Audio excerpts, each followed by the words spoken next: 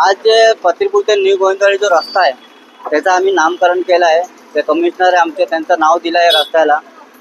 कारण इथे यायला जायला एवढा त्रास होतो. इथे आजूबाजूला शाळा आहे, 2 शाळा आहे आणि ते लहान लहान मुले त्यांना यायला जायला त्या पाणीमध्ये जायला लागतो. आणि ते जो गाडी बिडी येतात ते त्यांना पण खूप त्रास आहे, कमरेचा त्रास आहे, पायामध्ये त्रास होतो. आणि वारंवार आम्ही पत्र देऊन KDMC काही ऐकत नाही.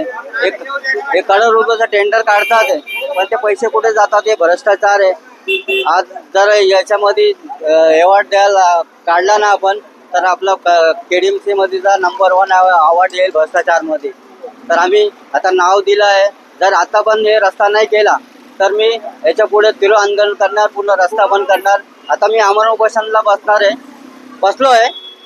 पण हे झाडचं काय नावकरणचं काम करायचं होता म्हणून मी इथे आलो आणि कमिशनरचं नाव दिलं आहे. आता मी परत उपोषणाला बसणार आहे.